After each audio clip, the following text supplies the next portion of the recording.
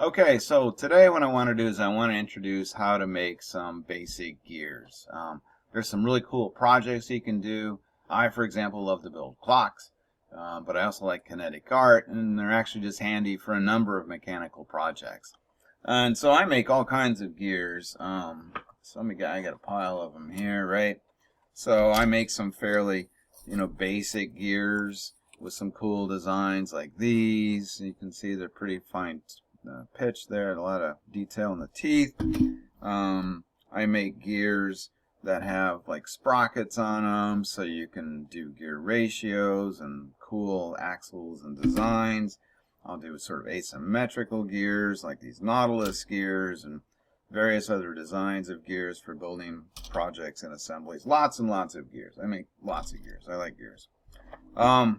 And I use my gears for a couple basic different types of projects. For example, here's a clock, okay, that has a stepper motor running it. It works quite well. Something I just started playing with recently is, for example, these kinetic art displays. In this particular case, the motor allows the two gears to spin in opposite directions, giving you kind of a cool visual effect. And if we look at these gears, there's one thing that stands out that's pretty different between, for example, this gear and this gear, is the size of the teeth. Okay? And I'll show you a little bit about that, why it's important, and how we can use that for our advantage or whatever we want to do. So let's take a look at how we make gears.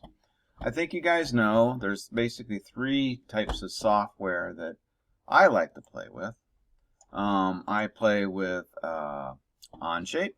It's a fantastic software for doing three-dimensional structures and engineering. And I play with Blender. Okay, I love it. I've never made a gear in Blender. You know, Blender seems to have everything, and if it's not already in it, then it's probably a download. I've not even tried to make a gear in Blender. It's a reasonably good chance there's somebody out there has written a library or some sort of add-on that'll work. I've just never even looked.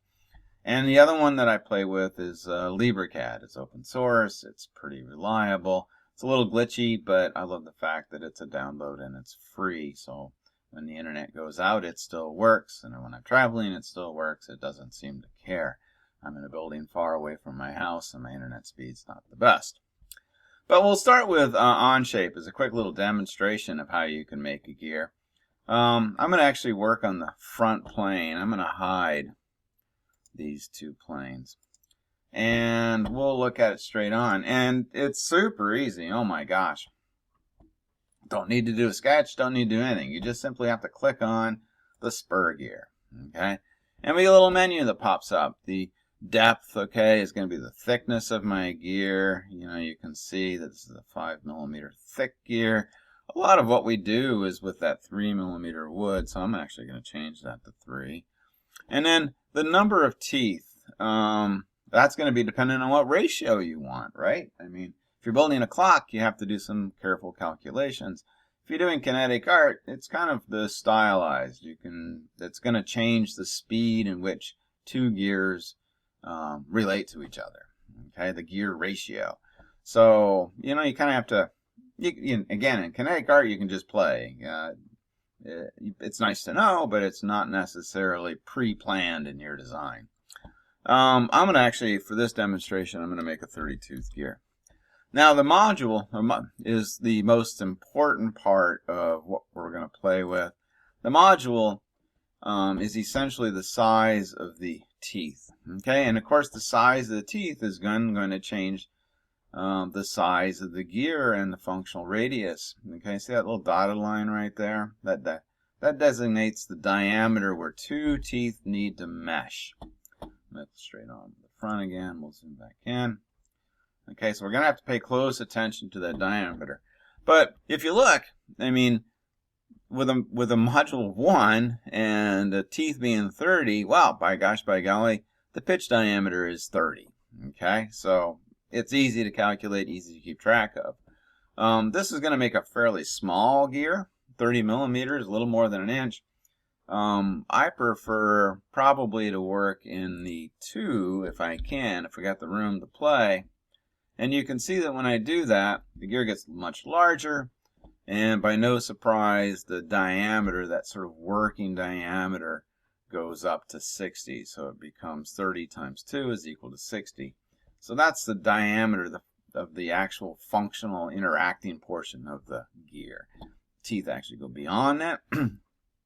The well goes less than that, but we're going to work with this diameter, our functional diameter. I'll throw a center bore in here, and we'll make it 5 millimeters just for demonstration. Okay, and now I've got this really cool gear, and I can work with it. I can put some axes and I can cut various spokes or whatever into it. The frustrating part I found with Onshape is it's super fantastic if you already know what you want to make, because obviously those diameters are super important, and the placement of those gears are dependent upon the diameter, and the placement of the axles is super important for that. And if I'm building something just like a nice gear train, they're just linked together in a row. Super easy, super cool, fun to do, because I'll know that I need to set my axles at a certain distance dependent upon the radius, and I'll demonstrate that in a second. But if I want to do something creative and just lay out cool gears in a number of arrangements, then it becomes a little more problematic, because then I have to go back and redesign the structure to hold it and then assemble it. But I'll probably demonstrate it anyway. But let's look at the other option that I have, which is the LibreCAD. And it's also got a gear generator, and it's got some more control over those gears than Onshape. But let's just throw a gear on here. So I'm going to put my snaps on to grid, and I'm going to go to plugins, and I'm going to do the gear plugin. It's asking me where do I want my gear. Well, I'm going to throw it right there. Okay. And we got a lot of the same things and some more, and I'll show you what those do a little bit. The number of teeth, 30. I've already said I played with it once.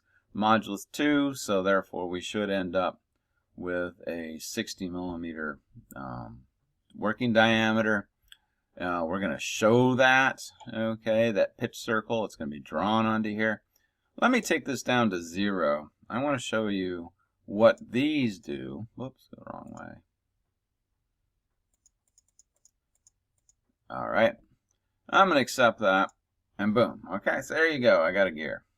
And I'm going to throw a radius in there, a little axle. I want 5 millimeters. This thing works in radius, so that would be 2.5. Boom. Okay. Now I've got the same thing that I had in Onshape.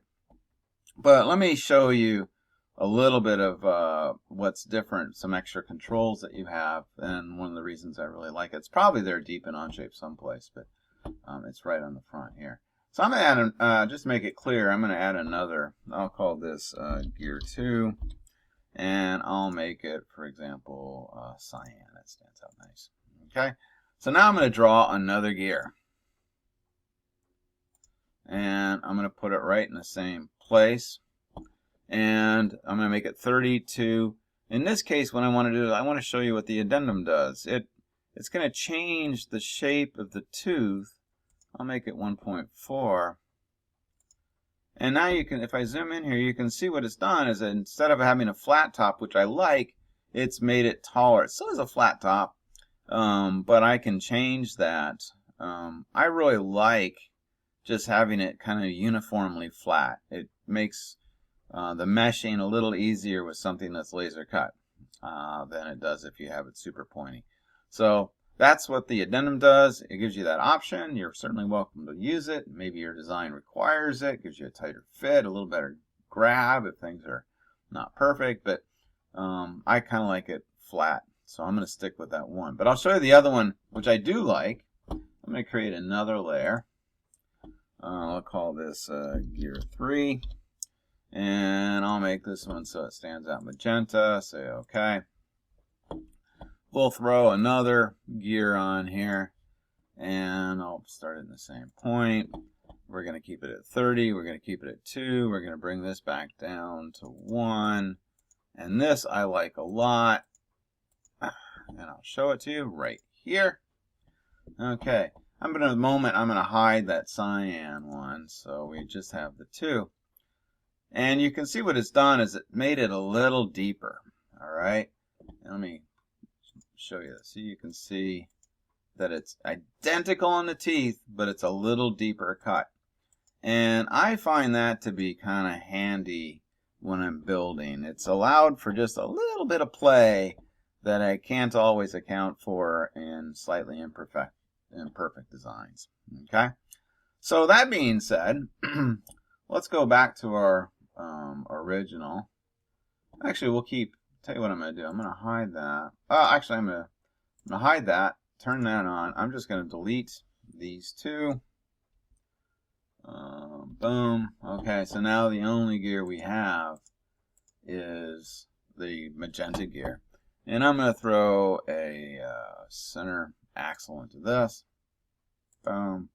And I want it to be 2.5. Boom. Alright. So let's make 2 gears mesh. So if I want to make this gear mesh with another gear, say a small gear, like I'm building a bicycle or something, I want to have it go, from large to small or small to large, change the ratio. What I'm going to do is I want to make sure that the module is the exact same. So I'm going to go up here. I'm going to choose another layer to draw, and I'm going to draw this one on my cyan layer. And I'm going to go to plugins, gear plugin. I'm going to just throw it over here someplace. And I want this one to be, say, a 10-tooth gear. And I want that to be 1. I want that to be 1.3. Accept. Okay.